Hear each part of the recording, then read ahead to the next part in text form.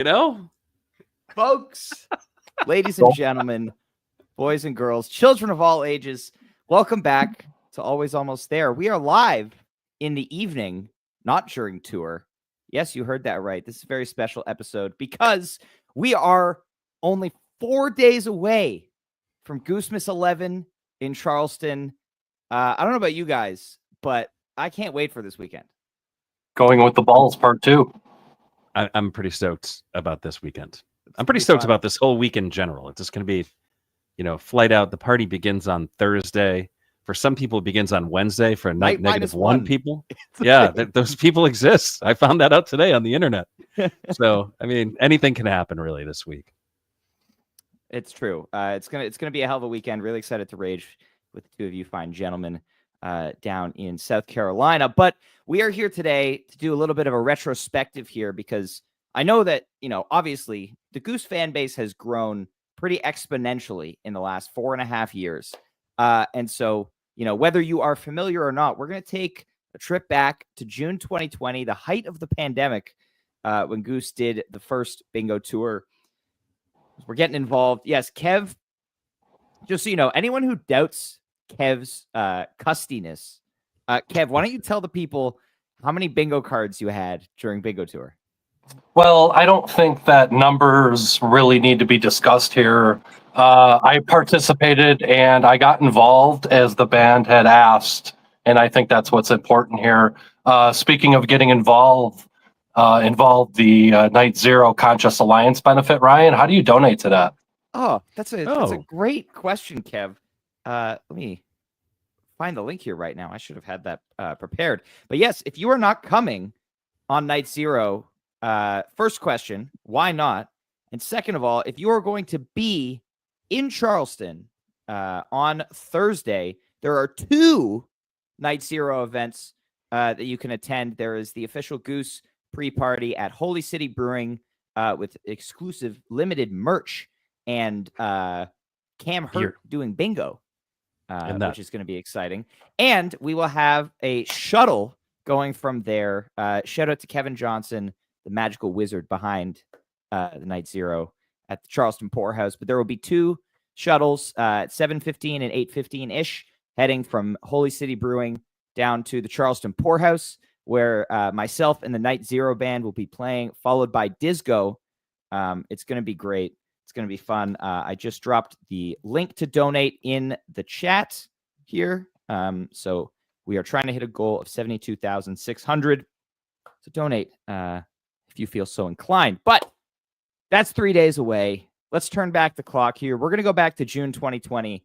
Let's set the scene here before we get to the specifics. Let's see where were each of us in our Goose fandom at the time.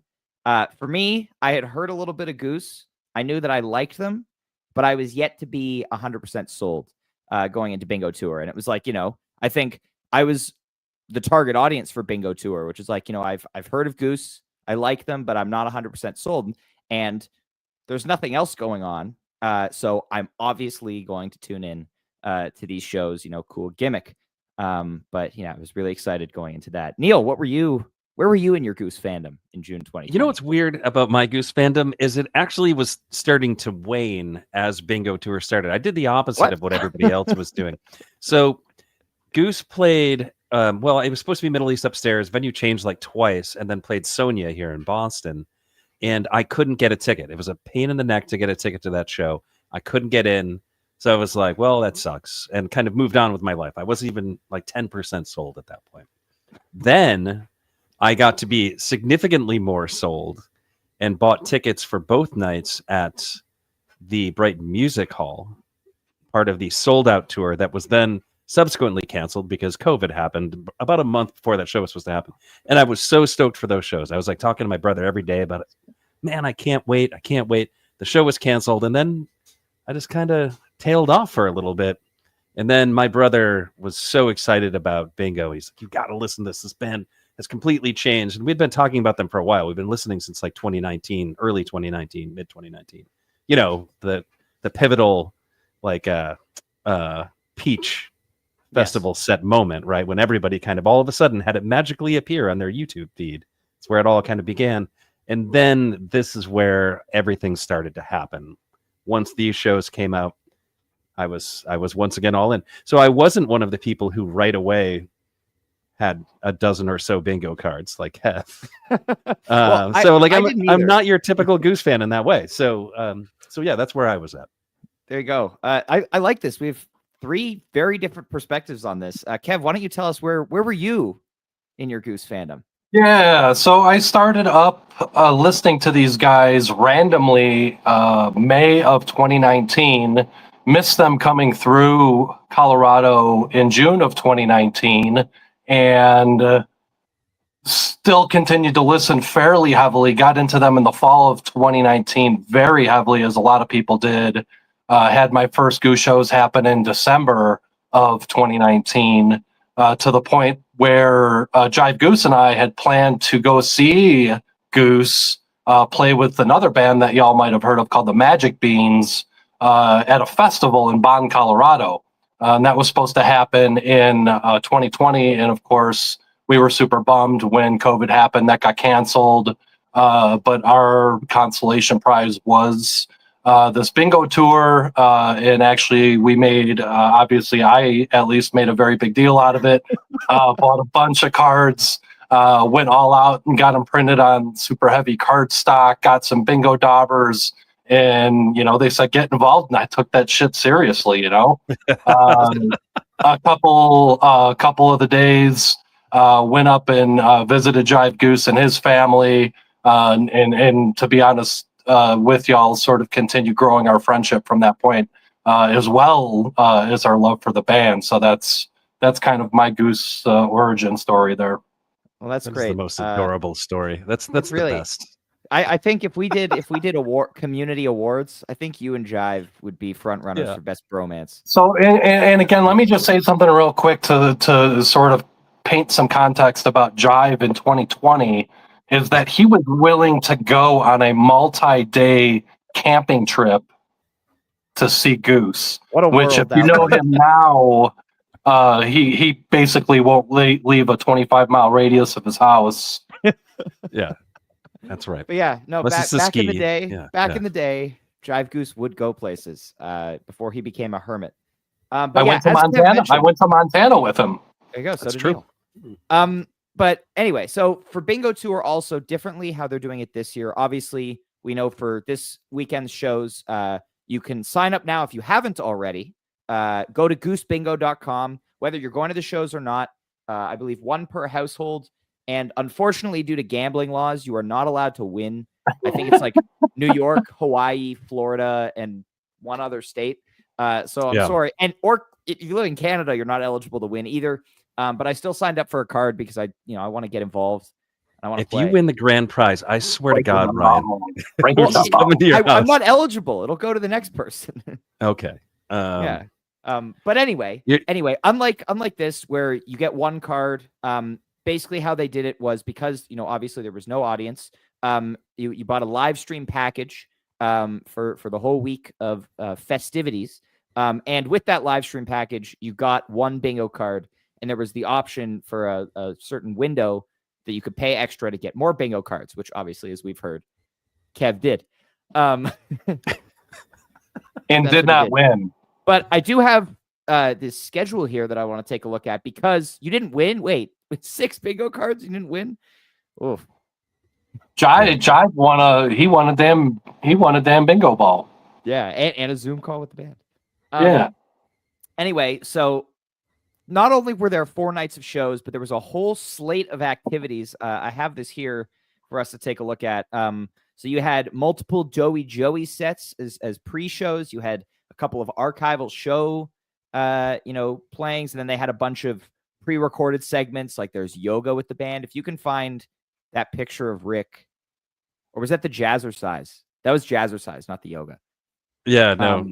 There is pretty hilarious.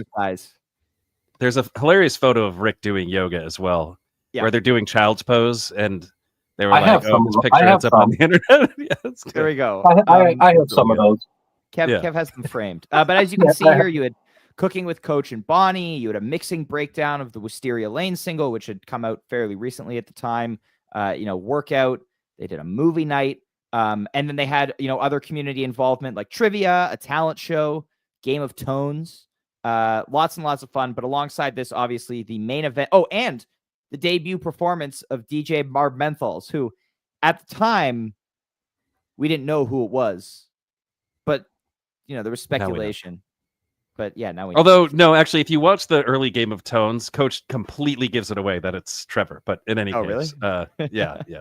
I did. I was like kind of catching up on all of the extra things this week. So I watched a little bit of the Game of Tones. Strongly recommend going back and watching that if you can find the video. Hilarious. Greg Knight and Coach just riffing for about an hour, which is really senior analyst. No. Greg was the junior Greg's analyst. The junior analyst. Yeah, Bruce is the senior analyst. But anyway, obviously the main event here was the 4 Goose shows that were happening. And just to set the scene for anybody who's curious what the bingo cards looked like, this was my bingo card from 2020. So basically you got this sent to you. And unlike this year where it will automatically keep track of things for you when you win, you had to be the first one to email in a picture of your card when you won. And because they had a limited amount of prizes, I think it was only like 20 winners per night or something like that, like total across all the, first place, second place, whatever. All I know is that there weren't that many, and you had to be one of the first to email in with a picture of your card to claim the prize. So that was a pretty cool, another layer of community involvement. Yeah, I mean, I think that's the coolest part about bingo. The whole time I was prepping for this and thinking about this, it was like, asking myself the question over and over again, like what truly made bingo special? And we're going to dig into the music shortly, and we're going to find out right away. It's not necessarily the music every night. I mean, there's really, really, really good stuff. And I think that hooked some people, but the balls were not kind to this band in several of these sets. So there was something else that made bingo truly, truly special. And I think it was the feeling that everybody was a part of it. Like if you go and watch some of the video from these other things that weren't the music, Coach and Bonnie cooking up vegan tacos, or like Pete visiting a farmer and talking about bees. I mean, there was just so much cool shit that they did. And, I hope there's like some amount of that in the bingo that they're going to do for sure. Goosemas. Now, I don't think we're going to get Jazz. Let's also remember at the same time the context of COVID. Like everybody was craving community and connection, and they absolutely jumped into that void that people were looking for when they needed it the most.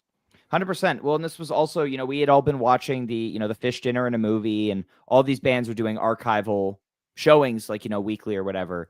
And this was the first, to me at least, the first one that like had a huge amount of the community's focus. That was a live thing. Like this is happening now. I remember, everybody on Twitter, getting really excited about Bingo Tour, talking about it during each show. Like, and again, you had people like Kev who had already seen Goose and were like, hell yeah. And you had people like me who were like, holy shit, this band's pretty great, and getting sold on the way. And then you had people like Neil who were, I was not even on Twitter. I was just on Facebook at the time. There you go. Which, there's a healthy Goose community on Facebook. Yeah. There was about a dozen Goose fans on Twitter at the time. It's true. I mean, I moved over to Twitter just to get the little Goose Twitter. little, very, very tiny Goose Twitter that you only went to get the set list from Jive Goose. That is my memory of it. So let's dive in to the first night of Bingo Tour here. Of course, unannounced. The curtain goes up. We get the first show, and there's a 5th member of the band. This was Jeff's first show, which I've also talked to him about a little bit. One of the first times I talked to him, I was like, so your first shows were Bingo Tour. Like, how did you prep for that? Because normally, like with Cotter, for example, they were able to integrate him, and if there were songs he wasn't ready to play yet, it's like, okay, we won't play them yet. And with Jeff, it was like, we could pull, super obscure song as song number 1, and you're not gonna be prepared. Well, I mean, he can do hand claps. Yeah, but go ahead. What did he say? No, but his point was, he said, so Jeff had been had been doing those, what was just Rick and Peter featuring Jeff Arevalo from the Solarium, which is now obviously Arevalo. So, he was getting familiar with the material. And I think when they, decided that he was going to join Goose, I think he basically just started cramming and listening to the music a lot and getting familiar. And obviously as a percussionist, it's not as important to, have everything perfectly down pat. But I will say, you watch Jeff playing a bingo tour versus now, or even a year later, like it's gotten a lot better. It's a big difference. Obviously. Well, I mean, he was never a percussion player ever, and until that moment. And I want to add some context there too, because when Jeff played these shows, it still wasn't a foregone conclusion that he was part of the band. Right. In fact, the band deflected questions about whether or not he was in the band at that point for a while, for a very, very long time, even after he was playing with them in September at the shows and the drive-ins. So, because for those who don't know, before COVID, Jeff was selling insurance. Which is fucking remarkable. Funny story. I just can't imagine. You Google Jeff from 2019, and they're pretty funny. Anyway, so this first set, there has been speculation for the past 4.5 years that this set was in fact a little bit rigged. Because it's like, they come out of the gate and they roll an incredible set. So we get Free Space Jam to open, Jive 2, Into the Mist, Drive featuring Take a Lap and Coach on Rainstick bingo balls, and then Travelers, and then plus 15-minute jam to end the set. This set holds up so well. I went back, I listened to this whole set the other day, and man, it's so good. This Jive 2 is one of the best Jive 2s ever. It's incredible. This is a Jive Goose favorite. Jive Goose approved moment from Bingo Tour. You can fluff this one with his blessing. Really solid Mist back when they were finishing it. An unfinished Mist wasn't even on the radar in 2020. I don't think it had ever even happened. We were so spoiled. They finished all of their songs all the time. Crazy. Drive, OG arrangement. So this Drive, somewhere during the Take a Lap jam was when I was 100% sold on Goose. It happened very quickly. But this Drive is incredible. If you have not listened to this Drive or haven't heard it in a while, go back to it. This is the first example where we see the integration of these gimmicks rather than songs into the sets. They pull, so they do the first jam, obviously, with the OG Drive arrangement. Everything is second jams in this too. It's all 2020 right. Goose. But the second jam starting to cook. Peter on guitar, they pull the next ball and take a lap. And so one by one, while the jam is going on, I believe the order was Peter, Trevor, Ben, and then Rick. But one by one, they had to put down their instrument, run outside, and run a lap around the barn they were playing in. Which immediately in the Drive, the first time this happens, you start to see they're being forced out of their comfort zone jamming wise. So, the majority of this jam, they're doing very, foot to the floor, peaky jam, which was, pretty much all they were doing at the time.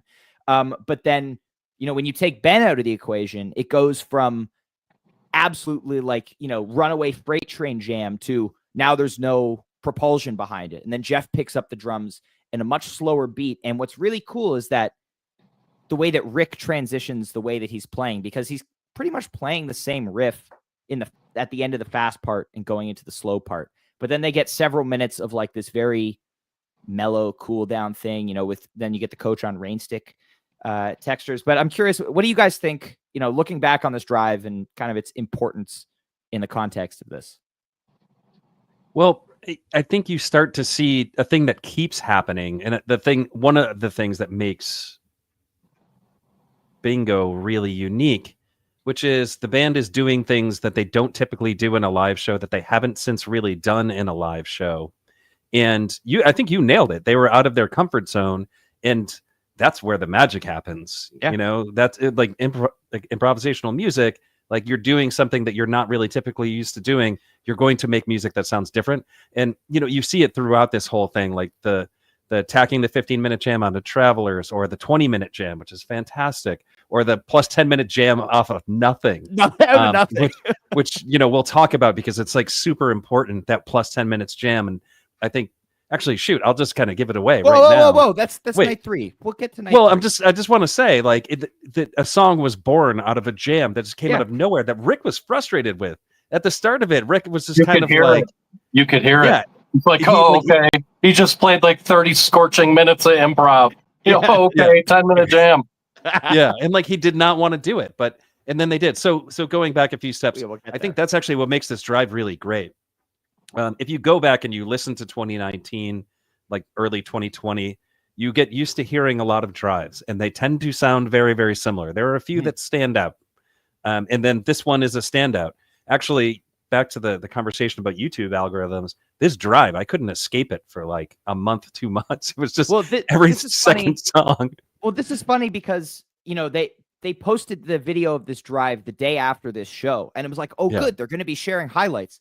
And then they didn't post a single other thing. And we didn't get soundboards until New Year's Day 2021. Right. So like 6 months, it was like, where the hell are the Bingo Tour boards? Right. So like you couldn't easily go back and listen to these, which is also really cool that I kind of forgot about. But sorry for interrupting, Neil. Please continue. No, I think I'm done. I mean, the last, I want to say 7 minutes or so of this drive are absolutely amazing. And it's a weird jam that you're just not used to hearing in drives at all. And especially for June 2020. Yeah, before obviously I didn't know it at the time, but this was completely different than Goose sounded. Obviously it would feel more at home now if they played a segment like this, but back then they were not doing jams like this. Kev, what are your thoughts on the drive here? I think a recurring theme that we're going to continue to talk about as we get further into these shows is something that Neil touched on earlier, and that is the unexpectedness of all of this for them. So, just thinking about mindsets and, what each of the different members are thinking when they're looking at a set list and a song's about to start, and sort of patterns they're conjuring up in their heads before they even start playing, versus, all right, we just drew a ball, start playing now. Like, there's no time to think about it. There's no time to preconceive, the patterns that, you might want to get into, or what I'm saying. Like, it's very spontaneous, and I'm very much looking forward to what that looks like and translates into a bigger venue that we're going to see in just a week or so here, a couple days. 100%. Yeah, just a few days. And then we get Travelers, which was the first time played, and it was one of the mystery songs. So this was the ball for mystery song number 1, which, there were a few of them. A couple of them were covers. A couple of them were new originals. One of them was Factory Fiction. But yeah, Casbah was a mystery song, I think. But this Travelers, it's a really, really strong debut. I remember, people were like, oh, this is a great song, before we even knew what Autumn Crossing was. Before we even knew. Yeah. I mean, back when, and then Travelers is ending and they pull 15-minute jam. And this is a rare occasion where, like, it's split on Nugs. But this was one entry in the bracket in 2020. It feels like they come straight out of Travelers into this improv. I would love to see them do this again. Like, just tack a jam onto the end of Travelers. It'd be sick. And this jam is fucking awesome. Like, it's really, really good. This is one of those run through several brick walls hose jams. Incredible synth solo from Peter. And I feel like there are a few jams in Bingo Tour. I was listening where it's like, especially those balls where they pull like an improv ball, where it takes them a little while, where they're like searching for an idea, and then they lock onto something and just blast it off. We'll talk about that a couple more times. But yeah, I love listening to this. It had been a while. Drive and Factory Fiction are usually the two things from Bingo Tour that kind of end up, being listened to semi-regularly. But yeah, no, a treat listening to this Travelers.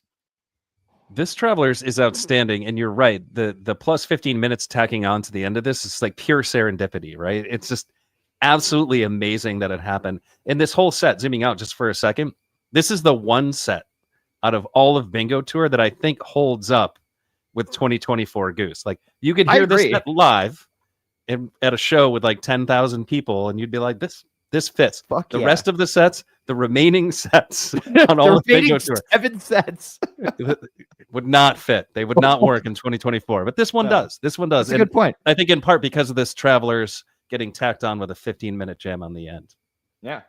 Great 4-song set to open things up. And this is like, I think the band and the audience alike are kind of feeling like, oh, like, all right, like this is what Bingo Tour is going to be like. This is sick. Right. Kev, you got thoughts on this Travelers jam before we head in? So I actually went back, thought I did have, but I didn't quite get to see it to fruition today as I got locked in on night 3, deservedly so. Yeah. Was to go back to listen. I didn't get around to it. Was to go back and listen to that version of it and compare it to how they're playing it out now. So it's definitely something I'm going to do in the not too distant future here. There we go. Yeah, no synth solo in this one here. But yeah, set break. We get our first little analysis segment from Greg and Bruce. Those were fun. But second set, they come back. The balls start to get a little more erratic. Echo of a Rose, Green River, Neil's favorite. Fifth of Beethoven, Time to Flee, including a 40 squats bingo ball. So just like take a lap during the jam. Each member had to do 40 squats one by one. So you're getting a workout, especially for the drummers who are like, also using their feet like that. That's 40 squats is not an insignificant amount of squats to do. Yeah, like they pick, and then like was it 50 push-ups that we get to later? Like that's a lot. Am I the only one that was actually doing this shit when it was called? Probably. Yeah. Jesus. Then we get Indian River minor key. Bring that back, please, Goose. We pull the nice logins. I'm all right. Make the move. Yeti, and then Jive Lee. It was just like, oh, like you open the show with Jive 2, and the balls give us Jive Lee to close the second set. Like that was great. This second set, not any memorable improv happening, but the flow was actually pretty good here. So this is so we had one type of Bingo Tour set. Here's the second type of Bingo Tour set, which is song selection on paper, not ideal, not really any jams you want to go back to, but good flow. And then we get our first super weird pick of the run where they they're like, all right, we'll pull one more for the encore, and they get rotation jam. So for 10 minutes, you get this really catchy jam, and this is the first time I think that we see like, oh shit, Peter is incredibly good at the bass. Yes. He's incredibly good at the bass. He's very good at the bass. Trevor is very good at playing the bass on the guitar because that essentially is what the guitar part is. It's just the bass is like an octave higher, but it's really something. So Jeff plays the keys, right? And Rick is on the drums, and then Ben is on percussion. Is that right? Is that how it went down? Yes. All right. My memory is correct. It was the same as the Ryman Jive. The Ryman jam. Yeah. The same rotation. But drums and bass sound super tight. Everybody else needed to do some work, I think. But it's, they did far better than I ever could. So it was awesome. There we go. All right. Well, let's head to night 2 here, because this is when things start to get interesting. Got to go with the balls, man. Listen, how many times did Rick say we got to go with the balls during? That we're going to go with the balls. We're going to go with the balls. We're going with the ball. Yeah. I think it was there was a lot of references to that. Definitely a lot of frustration, especially from Rick as this show went on. But first set, we get our free space jam, Maskinada, Escape, Danger Zone, followed by drums plus 20-minute jam, 50 crunches. And I listened to this 20-minute jam the other day, and when they pull the 50 crunches ball, you can hear all the guys in the band just going like, oh, what the fuck? Like after a 20-minute jam, that's just wrong. After Danger Zone drums 20-minute jam, they haven't pulled the original song yet. Like, especially after the way the first set was on night 1. Like, I think all of us in the audience too were like, whoa, like what's happening? Anyway, then I was doing crunches, man. What? I was doing crunches. You were doing Trev was doing crunches. Kev was doing crunches. I don't know. I'm getting really hyper right now. Then we get the first ever Trevor reading of poetry. Nice little Bobby Frost. And then Peggy-O. to close the set. So this is obviously really, really interesting set. I will say around halfway through the 20-minute jam, Dr. Darkness. Yeah, I don't hear that. You pointed that out to me today, and I didn't hear it. I meant to go back midway through, and I was listening to it, and I started like kind of humming the Dr. Darkness chorus along to myself, and I was like, "Oh shit!" Like, so that's all over this run. And yeah, as you mentioned, we'll talk about another one on night 3. That's kind of the genesis of a song that won't be debuted for another year and a half or whatever. But it's cool to track things like that. But yeah, what do you guys think of this set? Kev, you got thoughts on this set, or you want? Jive 2 and Jively belong together. That was night 1. What's that? That was night 1. Well, they still belong together. Okay, that's fair. And I can't believe that you guys weren't doing the exercises. Like that was part of Get Involved. On this? I didn't get that involved. Well, again, Kev, I wasn't. You know what? I wasn't 100% sold at this point. So, thoughts on this set? Let's see here. Man, I don't know what to say. Like, if they play this set now, man, Jive Goose is walking out. Like, yeah, that's the funny thing. So if you listen to enough of the pod, you know that there are some songs that frustrate Jive Goose. There are many of those. You got songs all in of this set. You got a lot of them here, especially the Pina Colada song. Although he's come around on that one in the last year and a half or so. But yeah, I mean, Escape Danger Zone, that's rough. Pina Colada with Logan, he's definitely walking out. Yeah. And then the Trevor Reed's poetry was pretty dope. That was the first time ever, so that's exciting. Right, and that was one of the things. And that was one of the things that you saw on the bingo card, and you were like, "What the hell? Like Trevor's gonna read poetry?" I still have questions about some things on the bingo cards that weren't revealed. But what? I don't know. We'll get to that. Like there's one out. Like Dave D is one of them. I was about to say, what was Dave gonna do? We should ask him. What was Dave gonna do? Like, I'd like to know. I'd like to ask Dave. If we ever get a chance to talk to Dave on the podcast, I'd love to ask him what he was going to do on bingo. In general, we should ask Dave. Yeah.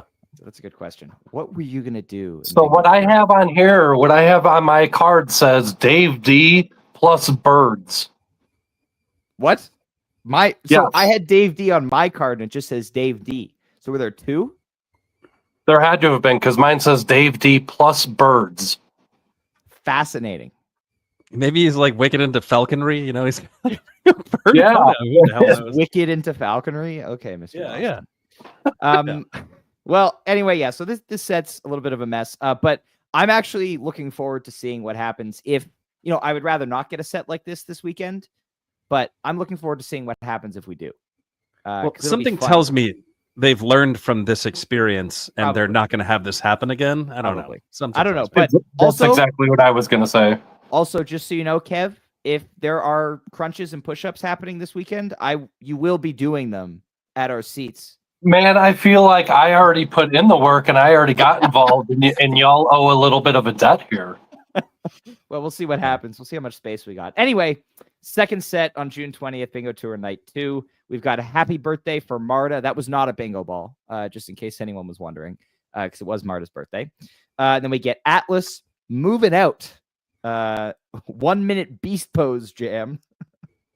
White Lights, Hot Night by Laura Branigan. White Lights, Your Ocean, Inside Out, Neil's favorite. In Your Eyes, Wisteria Lane, and the debut of 726 in the encore, Huge which was banger. Mystery Song number 3. Oh, In Your Eyes was Mystery Song number 5 as well. That was the debut. So you look at this set, and the first Goose original song to be pulled in this entire show comes like halfway through the second set, and it's White Lights. Like at this point, they pull Atlas, and then they pull Moving Out, and then they pull Beast Pose on its own. And like the band is just like, they're not happy at this point. Like they're like, what? We're going with the ball. Like this is when Rick's like, we're going with the balls. Like, well, they're committed. There's no turning back. There's no saying like, well, we're going to play whatever we want, because there's prizes involved here. Some people bought 24 bingo cards, and they're not going to let those people down.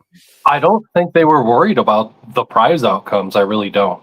Yeah, no, I think they were just worried about the musical output. But this Wisteria at the time was the GOAT Wisteria. The best of all time. This one right here. Yeah. Until 1:30:20. Nope. Until 11:10:21, I believe. Until Houston. You think this No, was better than Houston? I think. What about Montana? were you going to go San Francisco for a minute, Ryan? Oh yeah, true. Yeah, true. Magic School Bus is better than this one. This was the GOAT Wisteria for about a year. But was this the jam? I've been saying this, but now I'm doubting myself. Was this the jam where like Coach like kind of went to pull another ball in the middle of the jam, and Rick gave him a look like, "Don't you dare touch that thing." We're finally getting somewhere. Not that good. My memory's not that good. I thought maybe that happened. Forgive me if it didn't. But this Wisteria is excellent. Some great, 2020 two-guitar Goose tension building and just absolutely incredible peak to end it off. And then, as we know, 726 getting pulled in the perfect spot for it on its first play. Obviously, go check out this version because it's really cool. Obviously, it's a very nascent version. It's before they had gone into the studio with it, and before all the tweaks that kind of happened in 2021 with the arrangement of the song. But yeah, this is a great way to close off. A nice little bit of catharsis in the Wisteria and 726 to end off a very difficult night. Yeah, for sure. I want to point out the Atlas. If you go back and listen to this Atlas, it got a pretty loud reaction from the whole band, especially Rick, where it was like, thank God, like we've got an actual song to play and something that they could jam too, right? Because there's nothing in that first set that's really jammable. And then, Moscanata actually got like a pretty nice jam in it. It's about a 10-minute version, which, always gets a nice little hot jam in the middle there. The Atlas was pretty good. And then, as you said, this Wisteria, this was one of the things that I kept coming back to about this band because it is magical in comparison to other versions of Wisteria that were played up until that point. Absolutely incredible stuff. And then the 726 debut out of nowhere. And the interesting thing about this is, again, you said, it's in the right spot. It's exactly where it should be in a show. I love it in this spot. And it's just like to go back and listen to it now, 4 years later, it is so cool because it's a really stripped down version of the song. It actually sounds like there's a lot of space in it that doesn't exist in the song right now. And that actually lends itself to Rick's vocals just standing out even more in this version. So even though musically I like that the 726 they play now, I really, really like that old 726. It sounds awesome because you just get full Rick, Mm-hmm. Yeah. Any more thoughts on night 2 here, Kev, before we... Nah, man. Everybody wants to talk about night 3. There we go. Hi, Kev Jr. So we head to night 3. The band, we had, as we saw on the schedule earlier, we had a whole week of, events before night 3. So now we resume 6 days later on June 26th, 2020, back at the Goose Community Rec Center. Free Space Jam opens things up before Get the Funk Out My Face, including the Wim Hof breathing ball, Peter leading a breathing exercise. See, I'm so curious which of these gimmicks is going to be in the pool. I can't wait to get our bingo cards on I think it's on Wednesday we get our bingo cards. But I cannot wait to see what's on these. It's going to be amazing. But anyway, then we get So Ready, Mini Mall Rap, Switchin', Neil approved. This segue will make you want to run through a wall. Lead the Way, Electric Avenue, including Limbo. Members of the band and their close family and friends who were in attendance did the Limbo during this jam. And then Shama to close the set. This is like the night 1 set 2 for me. This is a pretty good set. Great flow, great energy, no jams. But I will tell you that I listen to Mini Mall Rap into Switchin' all the time because it's awesome. It endures. And this is one of the things also that Goose, as you said, Kev, every song was getting finished. Like there were not a lot of segues happening with Goose at this time. So when they do something like this, they're in this dance groove doing the Mini Mall thing. They pull Switchin', and Rick just goes like, oh, ho, ho, ho. And then they just slam into the song. And I listened to it today, and it made me realize that I kind of want Peter to play guitar on Switchin' again. I had the same thought. That was like my one note about this Switchin', which is sorry. it was at in Colorado He was in Dillon, where he played organ. In Dillon, Colorado, where he played organ for the first time. And now that's become the norm. But the Peter playing guitar on switching is pretty dope. I miss it. Maybe you should bring it back. Yeah. Real. That's the real standout from this set. Kev? Yeah. I was just adding to the yes. Love, obviously love getting some of these sort of kitschy one-offs that we don't normally get in any other sort of setting, just because they wouldn't fit. So again, I like not being able to have to take the band so seriously all the time, and they can just have some fun with themselves. Yeah, this was also, was this the night with the Rick Man bun? That I don't remember. I didn't go back and watch video. I should have watched video. I wanted to. If I had more time to prep, I would have. Do you have the video? I do have video. There's some video. It circulates. I do have some video of the show. It circulates. Anyway, but wait, before we move on to set two, sorry. I've got some thoughts. So you have a Electric Avenue Shama with Limbo in there, right? That's where Limbo gets pulled. I wish I could ask Jive Goose what he thought about this in 2020. Yeah, that is incredible. That is the kind of thing that you play late set 2 in a bar where nobody's ever heard of you before, and everybody's just facing each other talking. And you're like, how do we get people's attention? I don't know, fuck it, let's play Electric Avenue Shamalama Ding Dong, and then have the Limbo in the middle. Incredible.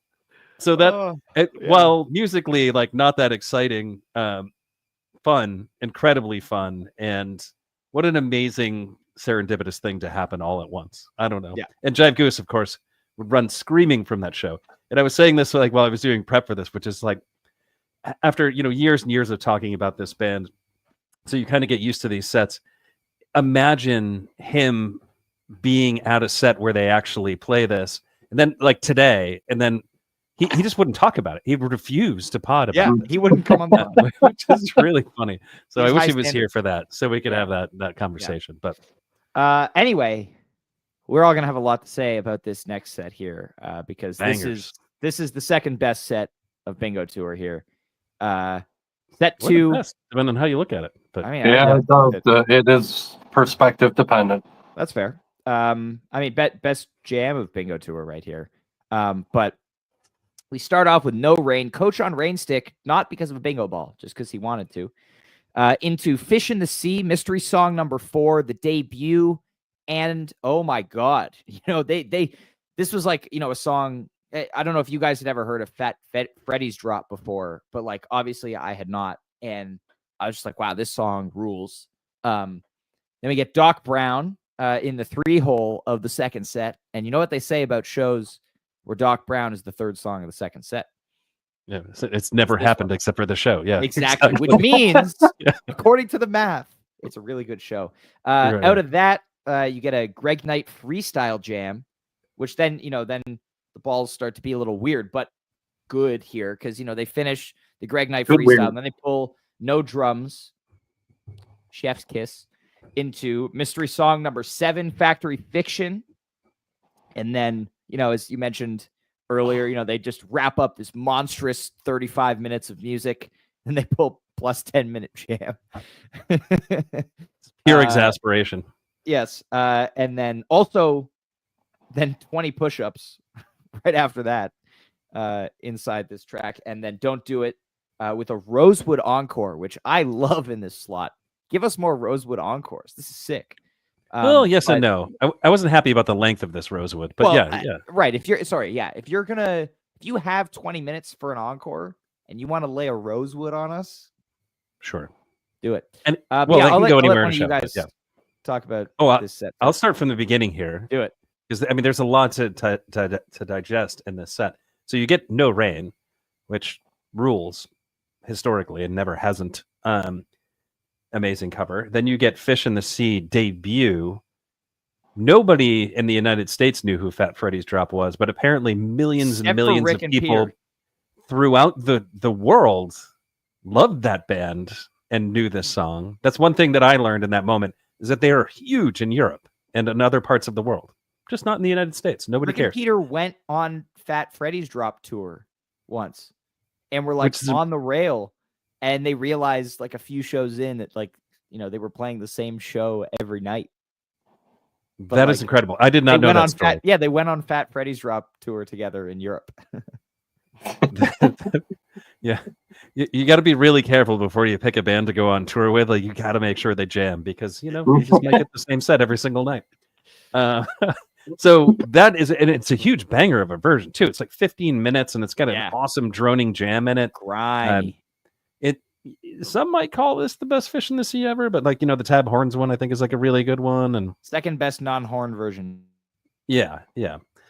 So amazing. Doc Brown always rules, and this is where it gets like very complicated. So wait, what's the jam that comes before Factory Fiction? What was that, Ball? That's the Greg Knight freestyle. Oh, it's the Greg Knight freestyle, isn't it? I thought it was no drums. No. It was Greg Knight freestyle and then no drums. Then no drums. Yeah. So Kevin actually answered my question directly, which is I said what came right before Factory Fiction, which is no drums. But it was the one before that I was actually wondering, which is the Greg Knight freestyle, which is amazing. Not the GOAT Greg Knight freestyle. That one came later. Westville. Earthling or Alien. Yeah. And then get loose with the goose. And then you get no drums, which is awesome. This jam is absolutely sick. Had its own slot in the 2020 bracket. I remember talking about this one a lot. And ironically, what the best part of No Drums is that it has my favorite drumming of the whole entire bingo tour, which is absolutely incredible. They crushed this. Well, maybe the arrow that comes later, but so go listen to this jam, then listen to the drums in No Drums. I think you'll be pleasantly surprised if you haven't listened to it in a long time. And then the GOAT Factory Fiction still stands atop the mountain as the best version of this song. And in my opinion, the best jam, second best jam that they played in 2020. What's your jam of the year? Oh, guess. Right. Hosewood. I forgot. Yeah. Rosewood Heart, of course, 9/17/20. And 9/16/20 Madavon is the one that won that year. But the one really that was most deserving of the win, I think, was this Factory Fiction. This jam is incredible. It's inventive. It's got facets to it. It does a bunch of different things. It's awesome. And then again, not typical for 2020 Goose. This jam is not what you would have expected. No, they leveled up on stage at this show. And we used to say this a lot way back then. And I think probably that was like annoying to people who weren't Goose fans and kind of picked up on these things on Twitter. But there were like moments where the band just evolved on stage. This is one of them. And it happened several times throughout Bingo Tour. But this is the big one where if you're listening to this second set, you're like, these guys have got it. They were just like a bunch of, guys and then like another band out there. But then you listen to this thing and you're like, oh, these guys have the capability of being something much, much bigger than what they are. Yeah. And then as if that's not enough, they stop this jam, full stop. They pull a plus 10-minute jam ball, right? And everybody's frustrated. The first 2 minutes of this 10-minute ball jam, they sound like they don't care and they just want it to be over with. Well, I love it. I don't know if it's Rick or Peter who's just like, Jeff, you start it. It's Peter who says it. He's like, Jeff, why don't you start this one up? And there's like a little bit where like there's like kind of playful riffing between like Rick and Peter back and forth, and Peter's chuckling at one point. So can I do the giveaway of what the song is that is born in this? So this is huge. So they just play possibly the best jam of 2020. They completely level up on stage in front of everybody that's watching. And then they play Redbird. Out of nowhere, out of a jam that Rick was pissed that they had to play. And they write a song that gets debuted, what'd you say, about a year and a half later. So just over a year and a half later. Yeah. This is amazing. This is incredibly magical improvisational shit that's happening here. And I can't talk about the set without getting ridiculously excited, because this is the good stuff. This is what makes me love Goose, is the stretch that starts with no drums all the way through this 10-minute jam. So if you are not familiar, if you are not familiar with this segment, go to Nugs, go to listen to it. Very, very good. Kev, you got anything to add here? Yeah, man. I had a very limited window of what I could revisit today to prioritize, talking about, this wonderful experience that happened just 4.5 years ago. And this is where I came back to, and Neil said it perfectly, is I think whatever it is, that 40 minutes or whatever of No Drums, Factory Fiction, and the add-on jam are the shit that absolutely solidified my fandom of Goose in what they can do and what they're capable of in their exploration. And I hope that we see another spark of that again in just 4 days now. There we go. Eventually, I'm going to get the time frame right. 4 We'll days. just find ourselves there. Don't worry. Yeah, right. Exactly. We'll get the time frame right when we're walking into the 27th, 2020, the final night of Bingo Tour. And this is the point, like they had that first night, they had the third night. And at this point, I think they're just like, whatever happens, like there's a real playful energy to this show where they're just like, fuck it. We're having a good time here. So we get first set, Disco Inferno, Hot Tea, Creatures, Hot Tea, Slow Ready, Free Space Jam. I guess they forgot to open with it here, with a Peaches on Regalia tease from Rick. And then an All I Need with a nice little loose ends jam to end it off. That was not noted for a very long time. And I like randomly was listening to it once and I was like, oh, it's definitely not on Nugs. Loose ends. And it took me by surprise, actually, when I was prepping for this. I forgot about it. Yeah. I was like, oh, yeah, look at that. Loose ends. But yeah, this I love this Hot Tea, Creatures, Hot Tea segment here. The segue from tea into creatures, one of my favorite segues. It's a Hall of Fame Goose segue for me. Really? I love the way that they pivot into, because again, it's like, I think for a lot of Goose history, they would have just kind of stopped playing Hot Tea and then had Peter start Creatures.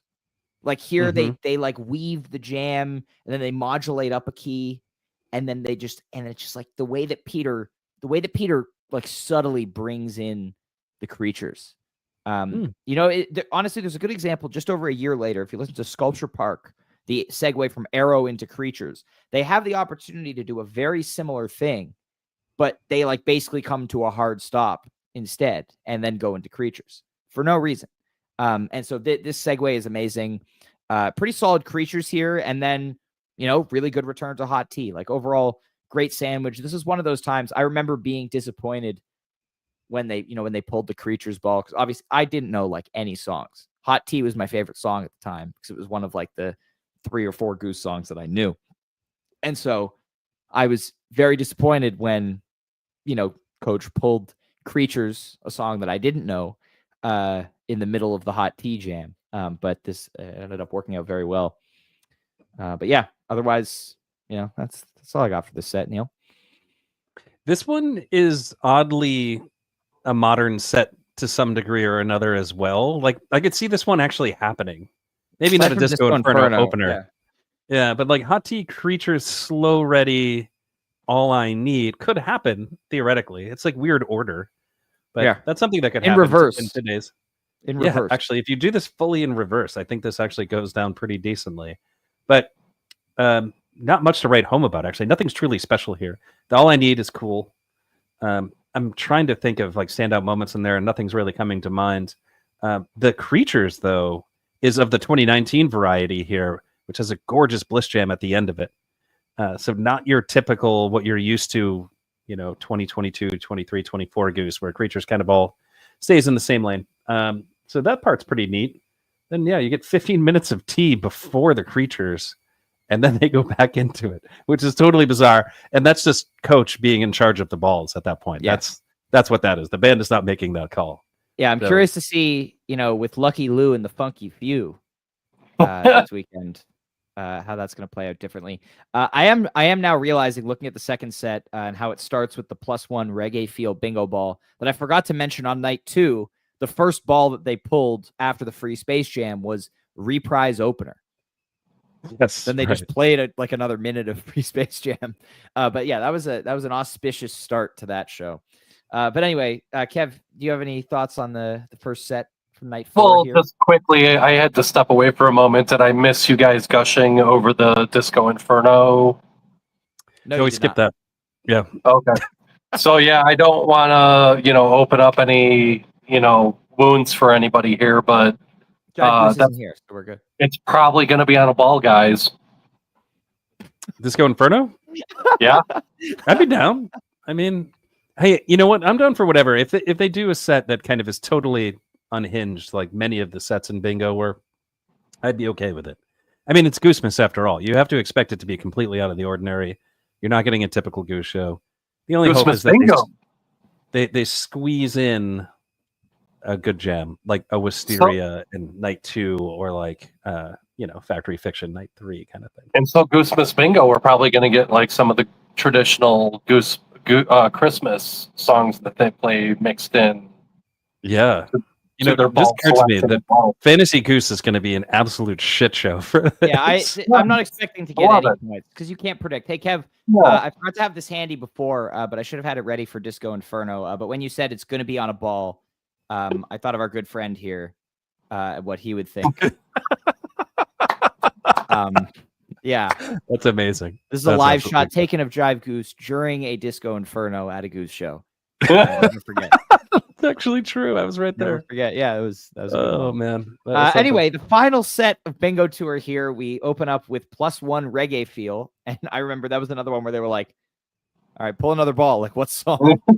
And this would have been funny if they pulled like another gimmick here, or like imagine they get +1 Reggae Feel and then they pull the 726 ball. Like that. That's the kind of thing. Yeah. But anyway, they get writing a novel here, and then the Whales, which was mystery song number 2, the debut of the Whales, back before it was a banger. And then Kylie coming out next, Tumble, and then Mustang Sally, which friend of the pod Adam did point out earlier that the bingo ball for Mustang Sally was immediately going to Mustang Sally, not just Mustang Sally. But they unfortunately they pulled it at a hard stop, which again, like you wonder, they pull that during the T jam, like what does that turn into? Then you get Arcadia, Weird Fishes, Arpeggi. Now says that on allgoose.net. Yeah. Bob Dawn Without, because Without or With did not exist yet, and fantastic closer for the set. What's Up? The encore, nice butter rum. I'm pretty sure. I don't think they actually pulled the Casbah ball here. Yeah, it's hard to say. It's hard to say. I think they just really wanted Jeff to sing. Yeah, I think that was one of the things they were like, we're gonna do Casbah. So it's rum, Casbah, rum. Yeah. If the balls say rum, you got to play rum. Well, exactly. And then you play Casbah because it was mystery song number 6. Jeff's first time on the mic. This was the show where he was wearing also like the American flag shirt. He had short hair. Yeah, like it's a very different Jeff back then. Best vocal performance ever, actually, is this one. If you go and listen to this one, it sounds great. He practiced.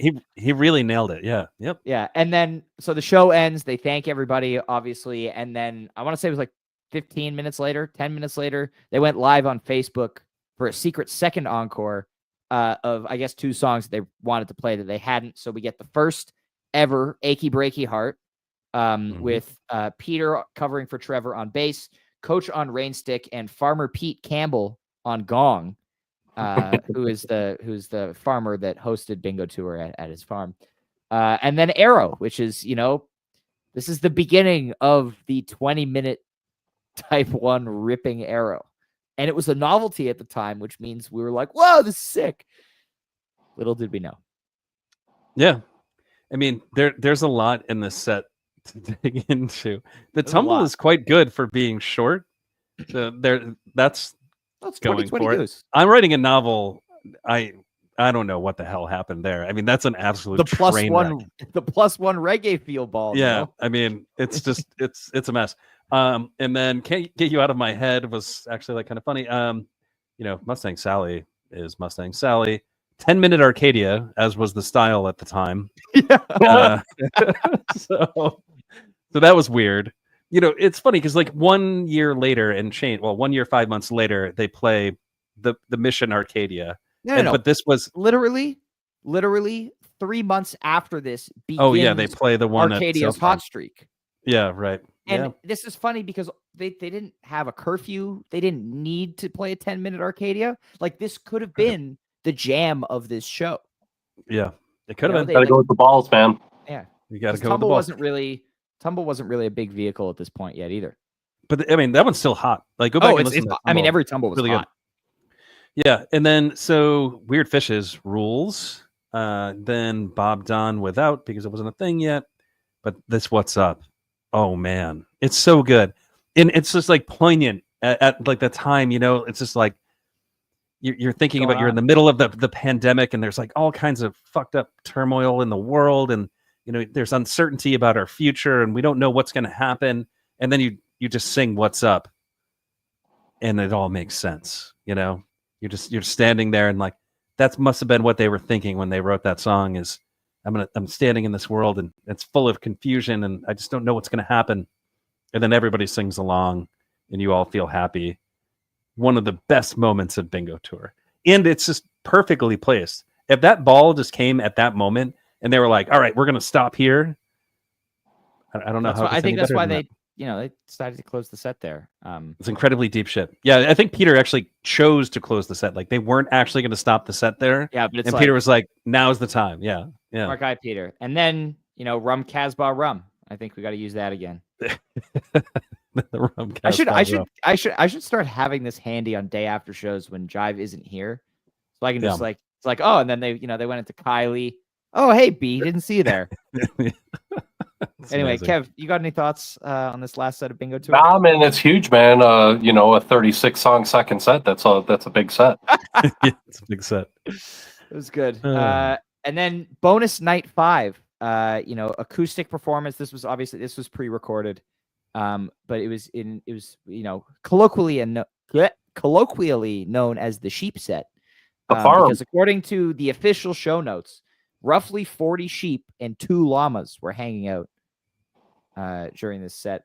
You had everyone on acoustic. Jeff, joining in on upright bass on Shelter from the Storm. First time they played it, beautiful. And, we see like, oh, here's what we can do with a Ray-Below. And these were songs also, everything that they were doing for the sheep set were not on the bingo cards. So, for example, this whole set, which I'll read off, Shelter from the Storm, Honeybee with Coach on Rainstick, Turn Clouds, obviously in the faster acoustic arrangement. Me and Julio Down by the Schoolyard with Getty on whistle, of course. Elizabeth, Flow Down, Christmas Card from a Hooker in Minneapolis, Madhavan, and the first This Old Sea since January 16th, 2015. It may have been played in between. Obviously, we're missing a lot of data from 2015 through 2017, but this is the first known time in 5.5 years that this song had been played.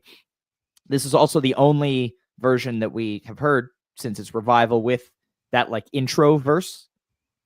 So interesting to note, then the next version they played made it way too far in the bracket because people really liked it.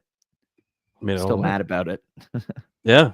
But this is a great set. I would say looking back on it, I don't totally like the decision to save Madhavan for the acoustic set and leave it off the balls. Yeah, they did. They did, man. They had to go with the balls, man. No, but the balls. I distinctly remember that when it started, people were like, "Oh, there's no Madhavan. I guess that's being saved for the acoustic set." Because they released. Wow, you're blowing my mind right now. I didn't know this fact. Yeah, so because they pre-recorded this, so like not on this day, I'm assuming. So they couldn't play all these songs and then pull Madhavan on night 4 or Flow Down on night 4. So all these songs were left off of the bingo cards. Well, I hope they don't do that shit again. Well, there's no sheep set, and if they do, how do you know there's no sheep set? You know what? It just occurred to me like that picture. There's a whole GIF of the thing. But yes. What's lost in that picture is a woman walking by Jive Goose while he's flipping the camera off. And she's like looking at him and he's like, no, not you. No, it's not that you. guy over there. I forgot forgot all about that. Anyway, in any case, yeah, talking about the music. So yeah, Shelter from the Storm, incredibly dope. Honeybee, very good. Leave it off the balls. What? That was off the balls as well.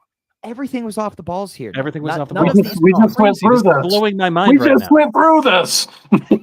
Well, we were saying Madavon was. Well, no, but everything was. I've never really thought about this. Yeah. Why did they choose? I don't know. Okay. Well, so Elizabeth just, wasn't watch a me in real banger time. Yeah. Have my mind Elizabeth blown. wasn't a banger yet. You know, really, Don't you Madavon think is the only thing here that.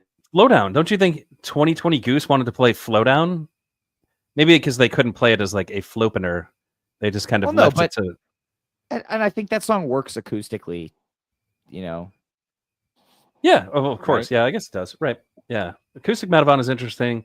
This Old Sea acoustic, though, oh man, so good. These early versions of This Old Sea are incredible. There's a version they play at South Farms a little later on that's insane. Which is the one that made it way too far in the bracket.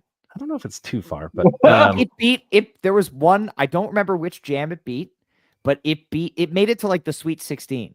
Like it beat a jam in the second round that was like a much higher seed and way better. And I think maybe that was my first moment of like getting really angry at the rest of the Goose community. Yeah, and there was a lot of that year. Well, I mean, go back and look at that bracket. Nobody knew what they were doing. It was there's like 4 hot teas on it. Oh my god, it's I think the Notorious from Halloween made it as like a 16 seed. Or a higher than 16 seed, but he was a jam band, man. Not even though. Stop hating. Not even. But you know, we also had a very shallow pool of jams in 2020. He was a jam band, man. Shout out to me voting with 3 accounts and making the Grippo Creatures win by 1 vote, establishing the Vickers precedent. Yeah, this is before kitchen staffs were enlisted to vote for jams. But yes, chef. Where it all began, man. Yeah. And that brings us to the end of Bingo Tour here. You know, these were the only shows that Goose played over the summer of 2020. You know, their next shows, they came back for Neil's first shows at Yarmouth, the drive-in in mid-September. I know we had the whole fall tour there. Can I give just a quick shout out? Yes. So in addition to like all the community that was happening around these shows, I want to give a special shout out to all of the artists, fan artists specifically surrounding these shows that also all of a sudden, via losing access to shakedowns at different shows that they were trying to make money at, create art at, and all these other sorts of things, all of a sudden lost their source of not just production of art, creating art and income, but having an opportunity out of these bingo shows to create a lot of art, pins and posters and clothing, patches and all other sorts of things that came out of this creative period, not just for Goose, but for everybody. So shout out to those folks. Kev had way too much empty space in his house, and his wife and too much. You're not buying anything. What's going on? And way too much disposable income at the time. Just a bad combo. But thank you, artists, for rectifying this and equaling this thing out for me. Yeah, there you go. Yeah. There you go. Well, gentlemen, as we've said, Kev, we are 4 days away from Goosemas Bingo. You know, we have a little bit of information, obviously, so far. Lucky Lou and the Funky Few. There's some alternate universe thing at play based on the teaser videos that we're not 100% sure about. But I'm curious, before we wrap up here, what you guys are expecting. You know, we've talked about it a little bit, like maybe they're going to curate the balls a little more, but I am very curious to hear from you guys what you think is going to happen this weekend. Any predictions, expectations, you know? I've got some thoughts. Well, I mean, as far as what the band's going to play, nobody has any idea. Yeah. My hope is that, you know, there is some kind of the spirit of the original Bingo tour, which is doing things that they don't normally do, or maybe even that they don't want to do. Yes. And see what results from that. Because I think that is one of the most magical pieces of what Bingo tour was. So there's that piece. I think the other thing about this weekend, I don't know. My hope is that, again, I said this earlier, but my hope is that there are other things happening around Goosemas that are more than just picking up bingo balls, because bingo wasn't about the balls necessarily. It was about so much more than that. It was about a sense of community. But the it was friends about, we made along the way. Yeah, exactly. You know, there friends that was we magic still there, have. though. I keep reusing that word, and it's true, because there was something magical about Bingo Tour. My hope is they try to do a couple of the things that they did, aside from just, pulling the balls. And then the other thing that I'm really looking forward to about this weekend is, of course, Night Zero, which has become a rich tradition now with Goosemas. And man, it's going to be so much fun. So if you're going to those shows and you're going to be around on Wednesday, please go to the Night Wednesday's night Zero event. -1. I mean, sorry, Thursday. Yeah. Thank you for correcting me. If you're going to be around on Thursday, please go to both of those events. And if you go to the second event, when you go to the second event, donate some money to Conscious Alliance. And if you're not going to go, donate some money to Conscious Alliance. It's a lofty goal, but I think we got to do our best to reach that goal. So please do what you can to help. There we go. And if you're someone like Kev, who likes posters, Night Zero will have your opportunity to donate money and get early access to the Conscious Alliance Goosemas poster, if that's your thing. Y'all are also selling T-shirts that are going to the Conscious Alliance goal as well. Thank you. Yeah, you know the event better than me. My thing for this weekend, I think the biggest thing I want is, as you said, Neil, things to happen that Goose is not comfortable with. And I think they're looking at it as also, with the way that, we talked a lot on our fall tour recap about how they've been approaching jamming recently. And I think, the next step for them is, can we get a little bit of freshness into set lists? Because we're able to pretty much say, like, Dripfield is going to close the set, or Thatch is going to open the set tonight, or, you're going to get a big modern here. And so I'm hoping, we come out, and this is why I wish we had 3 or 4 nights here, because I feel like 2 nights doesn't have the same kind of room for them to stretch out as Bingo Tour did over 4 shows. But I'm hoping we get something like pull a Thatch as the second song of the show, pull a 726 in the middle of the first set, open a show with Dripfield. Like, give us songs that don't come in these slots. And I'm even okay with the shows being like Bingo Tour Night 2 and the set list kind of being a mess, because first of all, I trust that the band has put thought into what to do if something like that happens, whether they're leaving it open for that to happen or not. But I trust them that they'll make the most of it, and, they're not writing that set. So for me, if we go and that set happens, like, we go with the balls. It's part of the fun. It's part of the shtick. But if that does happen, I trust them to make the most of it. But also, I'm really, really looking forward to seeing what happens in these 2 shows, because I think we're going to get some breakthroughs. I don't think we're going to have all the same gimmicks that we had last time, because obviously, they're not in a barn. They're now on a stage in an arena. So I'm curious to see, it was a community rec center, Ryan. Sorry. Thank you, Kev. The community rec center. But I'm curious to see what the setup is like, whether, I'm guessing, because they're in such a big room, they might have a screen behind the band with like a camera on the bingo thing as Lucky Lou pulls the balls. But it's going to be something. It's going to be awesome. Whatever happens, it's Cotter's first Goosemas. Also, big milestone. And as of right now, night 2, I believe, is sold out. And night 1 only has a few tickets remaining in the upper bowl. So get them while you can, because, just to interject, not to interrupt, but also low ticket warning for night 0. So if you're going, buy your tickets now, or you might get shut up. Yeah, they're like legitimately. Night 0's at the poorhouse. It's not that big, and we're gonna sell it. So buy your tickets now. Buy your tickets. Which is a reminder, I need to buy my ticket because I haven't done it yet. Buy your ticket, Neil. If you get shut out, I'm gonna be really upset at you. All right. Well, everybody, thank you so much for joining us on this fine Monday evening to kick off Goosemas week. Talk some Bingo Tour. We will see you guys this weekend. Also, we will be giving you some information on a pre-show Always Almost There meetup on Saturday after the pod. And we will be live talking about these shows, of course, the day after at 3:30 Eastern, though the night 2 recap might be a day late. But We will be live on Saturday afternoon at 3:30 Eastern to talk about night 1, and then TBD on location, but we will be doing a little meetup of sorts after for some pre-show fun. So check our socials for information on that in the next couple of days. But we will see you all in Charleston. Everybody have a great rest of your week. Safe travels to Goosemas. Obviously, if you're not going, grab the streams. They're on Nugs. It's going to be an amazing, amazing couple of nights. Cannot wait. Have yourselves a fantastic night, and we'll see you next time. Thanks for tuning in.